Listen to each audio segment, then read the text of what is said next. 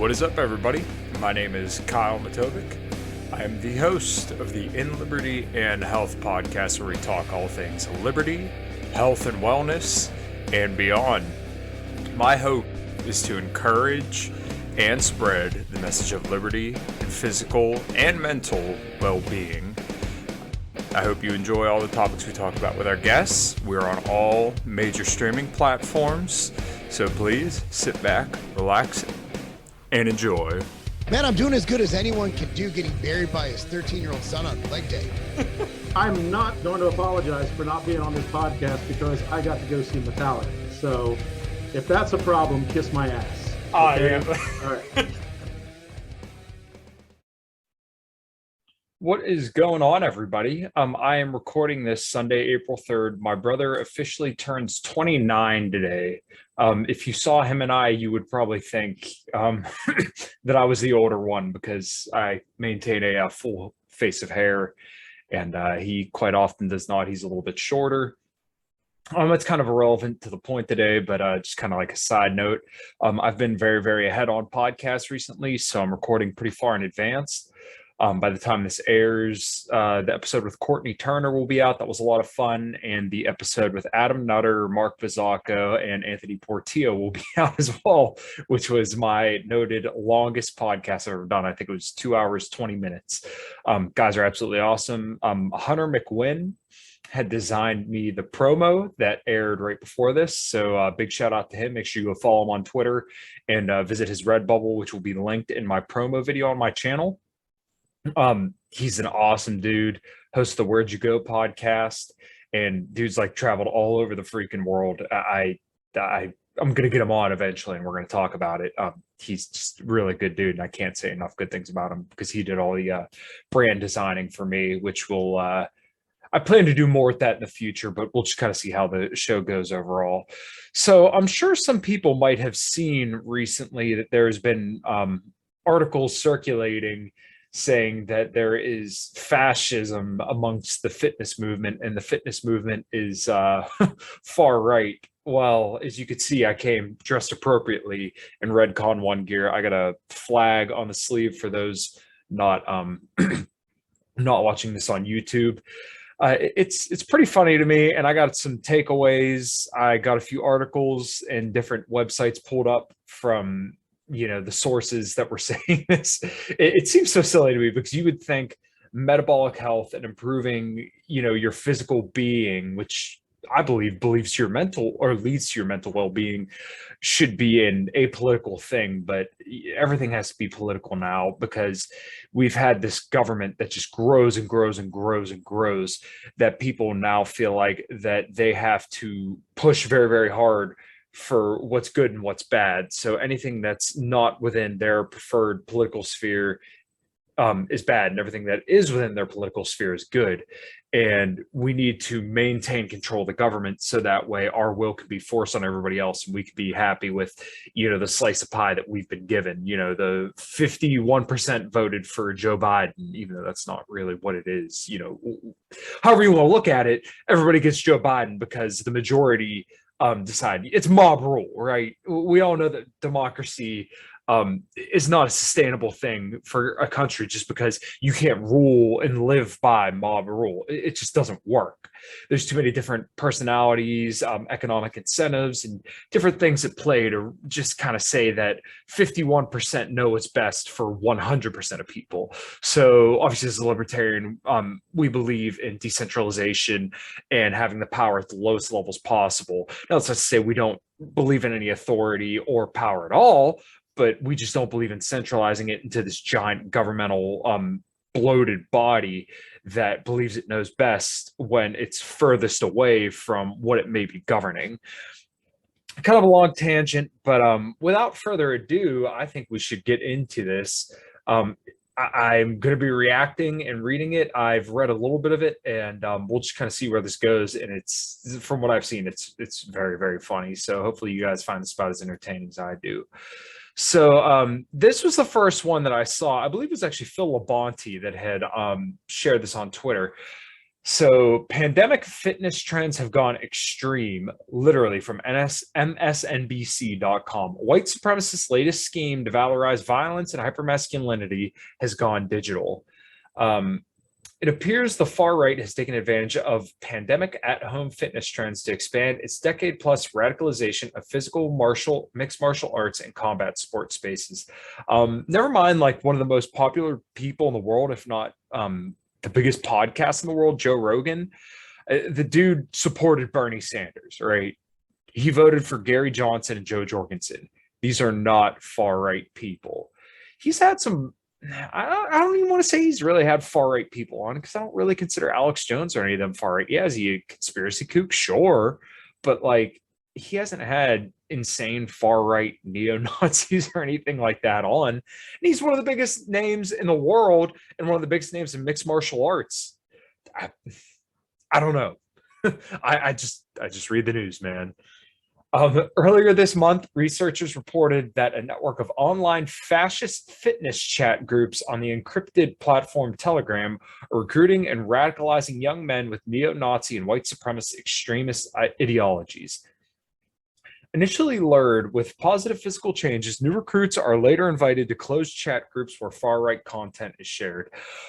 If this is literally happening, which I'm not saying it's not happening, but I've never personally seen it, I never got the invitation. Now, granted, I don't talk to a lot of people when I go to the gym because I'm in there to kind of hammer out, do my work, do what I got to do, and get the hell out of there.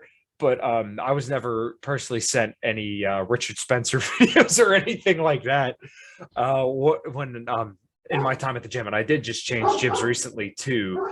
So you know, I don't know, man. I don't see it.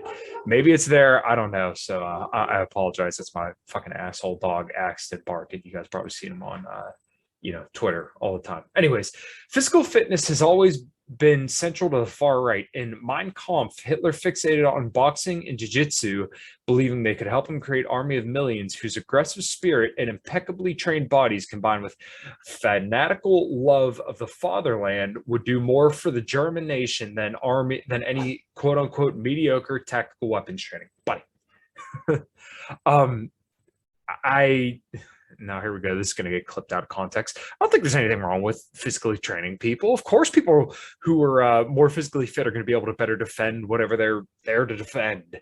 It's so silly to literally take Mein Kampf and then extrapolate this to like a whole demographic of people who are into fitness, when you can think about like the fitness world and like yoga and shit like that, and it's overran by like far left vegans. There's this restaurant here in Pittsburgh. Well, I'm not going to say the name, but they have Black Lives Matter and a vaccine passport just for their shop, even though it's not mandatory here. And they want you to have proof of vaccination to enter, and no home for hate, Black Lives Matter. And I get it. There's maybe some merit to those things, but what kind of comes with that, right? So it's just funny that they want to associate this all with the alt-right, and that's the alt-right and the far right, when that's such like a ambiguous term. There's no clear-cut definition of what that entails. In more modern times, far-right groups have launched mixed martial arts and boxing gyms in Ukraine, Canada, and France, among other places, focused on training far-right nationalists in violent hand-to-hand combat and street fighting techniques. It's caught the attention of intelligence authorities, especially in Europe, where various reports have noted the role of combat sports and MMA in radicalizing and promoting far-right violence. A series of collaborative efforts between governments and national sports associations and local gyms in places such as Germany, Poland, and the United Kingdom have introduced intervention and prevention programs. The US is comparatively far behind, which will only become more and more problematic, especially since the phenomenon is growing in the country, building on the established fight club culture of MMA far-right extremists. I can't even keep a straight face reading this. Jesus. The leader of a Maryland skinhead group, for example, once ran a gym to recruit and train white supremacists in mixed martial arts. 4 members are associates of the racist, violent Rise Above movement. Excuse me. The self-described premier MMA club of the alt-right pled guilty to conspiracy to riot after the 2017 Unite the Right rally in Charlottesville, Virginia. An online propagandist for that now defunct group was spotted amongst protesters on January 6th last year when members of the white supremacist group Patriot Front marched in Washington, D.C. in December 2021. They were accompanied by a new media outlet created by Rams founder Robert Rundo, who's working to create a network of far-right MMA active clubs in the U.S. and abroad. And here we are, domestic extremism on the rise in the U.S. It's so funny that they put this out here, but like I never heard anybody in the fitness world talk about this. So is this just like a one-off thing, or is this some kind of outright thing that we need to panic about?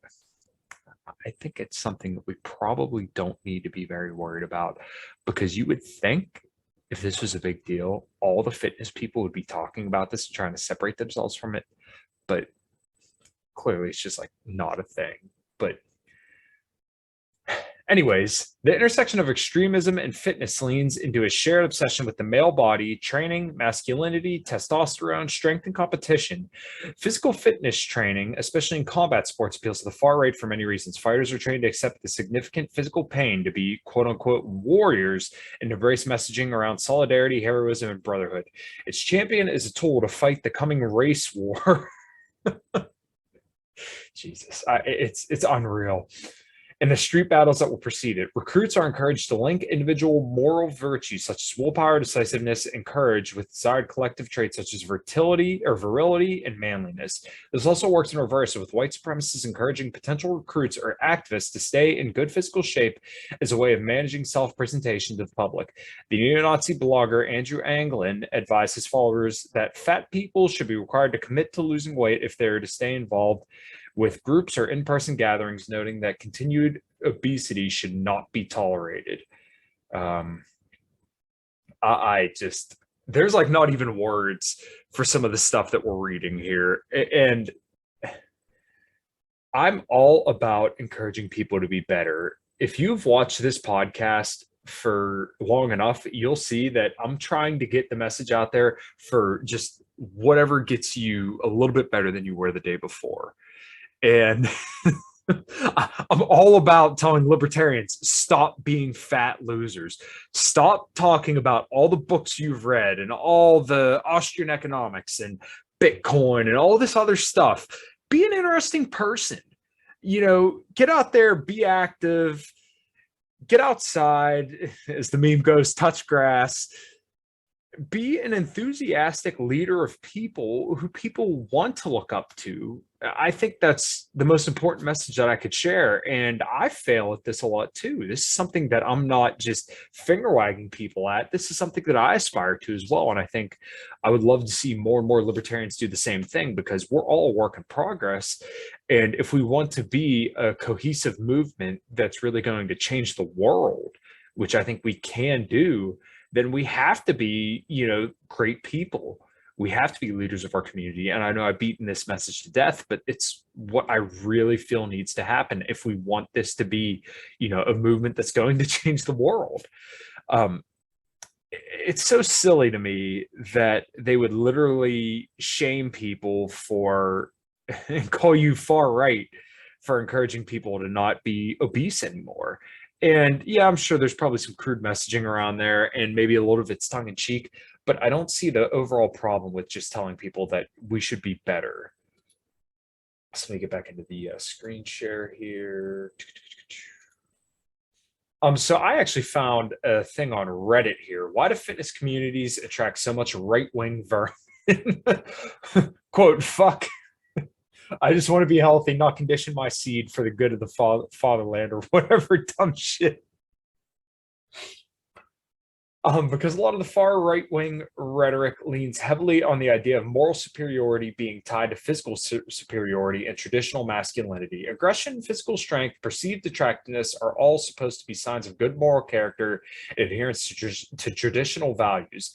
Then they all ramp each other up. That's also why the right wing is so weird. about saying that certain right-wing commentators are stronger, healthier, more fit, and more virile than they are. In their mind, having similar opinions makes someone strong, so a flabby 80-year-old man must be in great shape, and a beefhead who punches a tree really hard must be virtuous. I'll just read one more comment. I did not read these really before getting on here. Wild guess. They started getting serious about fitness for the wrong reasons because they were already shitty people. But I'm severely stereotyping there. I do have to admit that it is kind of funny to see them say this. We got two more articles, but I want to comment a little bit on this. It just struck me. It's so funny that the Me Too movement had came out in 2017 when it might have been 2019. People can fucking fact check me on this, whatever. But we had a president who was a white male, right? And we all know that cis white males are the scum of the earth. And if you're a cis white male, it's all your fault that, you know, sexism and racism, bigotry, all this stuff exists. We had a male president who a lot of people looked up to as a masculine figure and as a very dominant kind of figure too, right? As a guy who was going to take control of things and build the wall. And if this isn't clear by now, I am not a fan of Trump. If you guys listen to this podcast, I'm sure you can figure that out. So I'm not really this far right kook. I do consider myself right wing because I have respect for natural order, and I understand that there are people who are better at things than other people, and I may be better at things than my fiance. There's a hierarchy generally to just about everywhere you're going to go, and you're not going to change it no matter what. So that being said, it was an attack on masculinity. The timing was so you would feel bad about being masculine, and that's kind of what they're getting at here: is that masculinity is bad, therefore leadership, fatherhood, and all these things are bad as well because these are tangentially related to masculinity. So if we tap down masculinity, then we can promote collectivism, right? Because masculinity can represent the rugged individual and can represent fathers, right?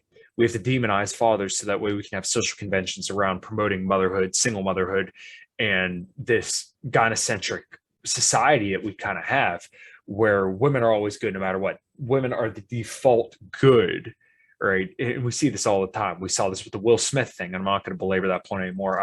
Watch the show I did with Jose Galison and Clint from Liberty Lockdown. If you kind of want to hear a little bit more elaborated thoughts on that. And we also kind of touched on the episode with Adam, Anthony, and Mark. It's just very convenient that it came out right then, because that movement had been a movement for about 10 years. Now, I'm not saying that we should not condone rape, because obviously one rape is too many, and people who do rape, they deserve what they get, right? If you are assaulted, killed, or hurt in the process of raping somebody, then you kind of got what you got, right? Of course, there he goes. See, it pissed my dog off too. So anyways, let's kind of finish up these last two articles and close out of here. Politics could determine, what the hell? Yeah, politics could determine where the fuck is it? The more radical your politics, the more bodacious your physique, study says. Although extremism by itself is not an adequate substitute for working out and eating right, we don't think. It's a pretty short article. We'll just kind of read through it from Esquire.com. The farther left or right you lean politically, the more active you are. A new study conducted throughout Europe has found, Adrian Bauman of the University of Sydney's School of Public Health led a team that surveyed residents of 32 European countries, finding that those who identify as liberal or conservative are more active and engage in more strenuous activity per week than those who consider themselves political centrists. Mental and physical apathy, it turns out, could be related. Participants in the survey, in the study were asked to rate their political orientation on a scale of 1 to 10, with 1 being very liberal and 10 being very conservative. They were then asked to record how many minutes per week they engage in vigorous physical activity, moderate physical activity, walking, and sitting. Those with the defined political preferences participated in, on average, about an hour more of physical activity and 30 minutes more of vigorous physical activity per week than those in the middle. it kind of makes sense though when you think about it that way, because people on the extremes of things are obviously going to be a little bit more oriented to doing more extreme things, right? Where people on the far left might be more into doing crazy yoga and being vegan, and people on the far right may be more inclined to be carnivore and be into crazy resistance training. And I'm not saying that's the case. It's just it may turn out that way. I don't know. There's probably far left people who are carnivore and could deadlift 600 pounds. And there's probably people on the far right who do yoga and burn incense in the freaking yoga room, whatever. Quote, busy people at both ends of the political spectrum do not seem to have as much time for idleness, wrote Bauman in the report, which was published by the BMJ. If a person's apathetic nature can apparently extend across several aspects of their life, it makes sense that the conviction of the more fervently minded among can also manifest itself in both thought and action. But to those with a more blasé attitude towards the goings on in Washington, don't get any bright ideas. We're pretty sure that simply adopting a particular set of political beliefs does not translate into physical fitness. Centrists and the politically uncommitted may be at greater risk for non-communicable diseases because of their inertia, contributed Bauman. Quote, the politically uncommitted and centrists could consider adopting a stronger political stance for their health. On the other hand, maybe it's worth a shot. They tagged the Huffington Post, which is just... Now, most of the most of the fitness people that I follow personally, the guys that I can think of off the top of my head, Mike Israetel, who's been on the show, Mark Lobliner, Lane Norton, Mind Pump. Those guys are mostly libertarian leaning. I wouldn't consider them necessarily right, but they're definitely more libertarian leaning, which, take that as it may. Take it as you will, whatever. Who cares? That's not their main gig, right? Mind Pump had Peter Schiff on. It was awesome, Lane Norton claims to be a libertarian. Mike Israetel on this show claimed to be a libertarian, but he was a little bit more skeptical of COVID than was your average libertarian, right? Or at least who I'd consider a libertarian, the more liberty movement wing of the Libertarian Party and the overall liberty movement. He was definitely a little bit more of the, okay, well, maybe COVID's a little bit of a big deal kind of thing.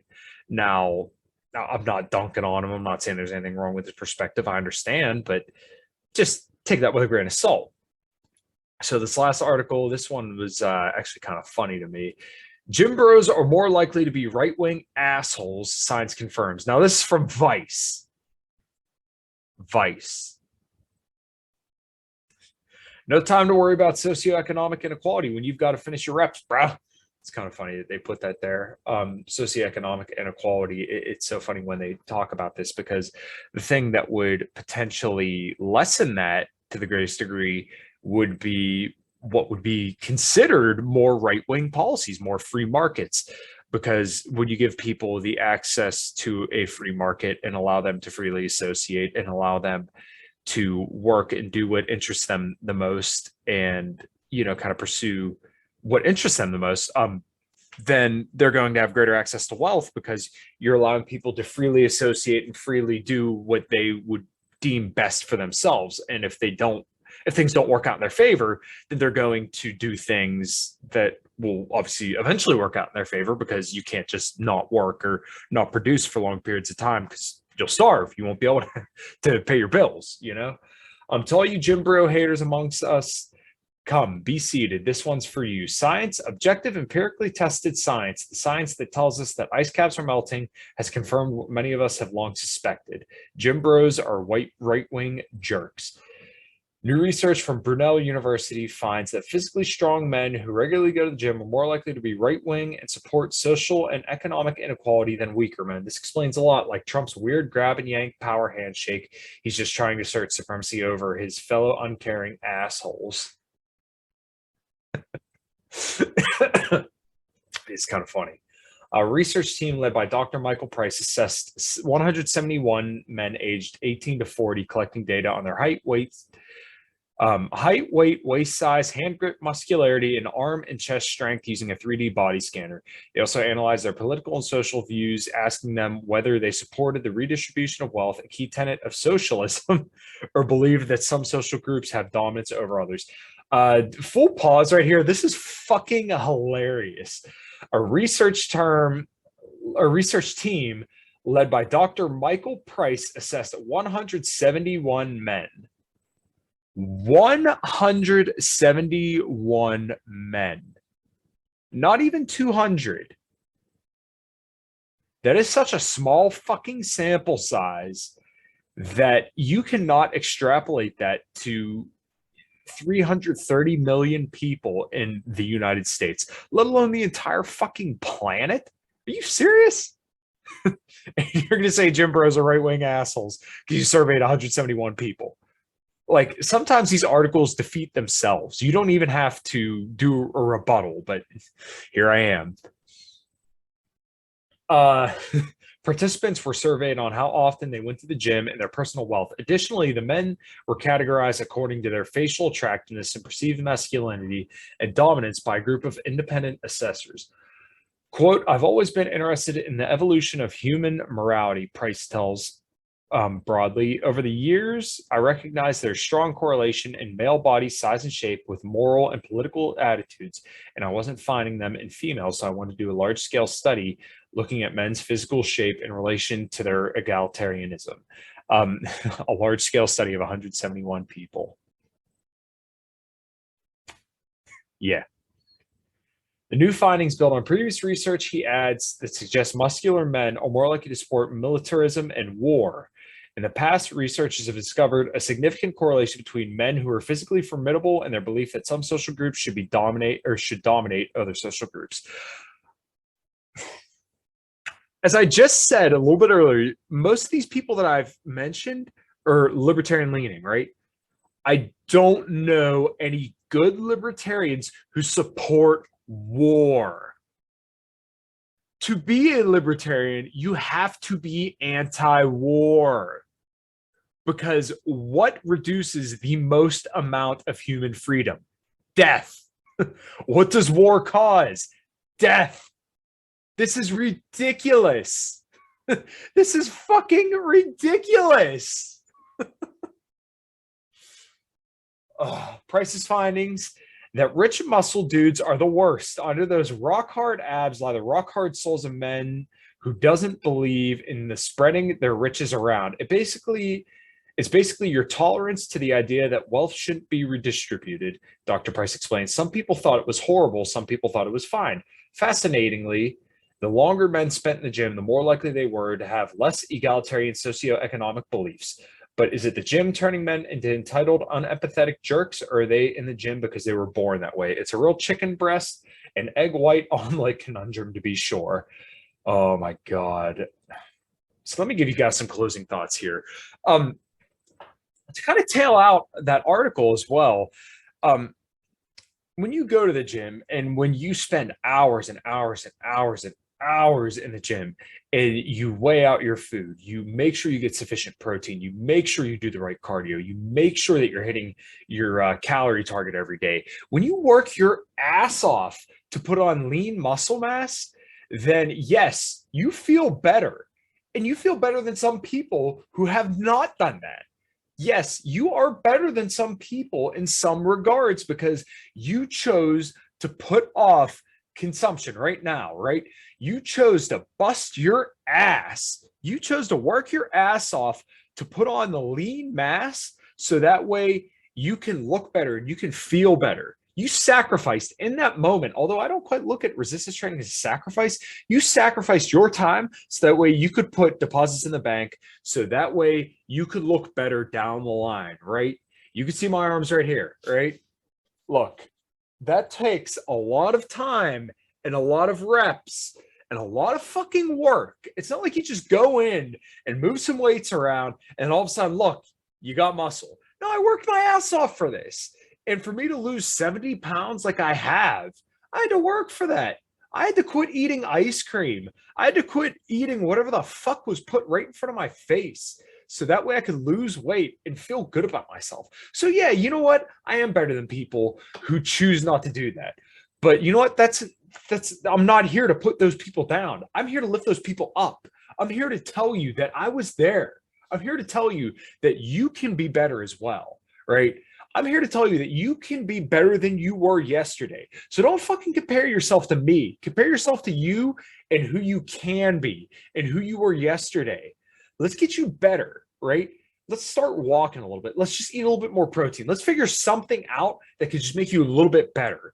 And to say that you're far right or you're some extremist or you're a far right asshole for doing that, fuck you.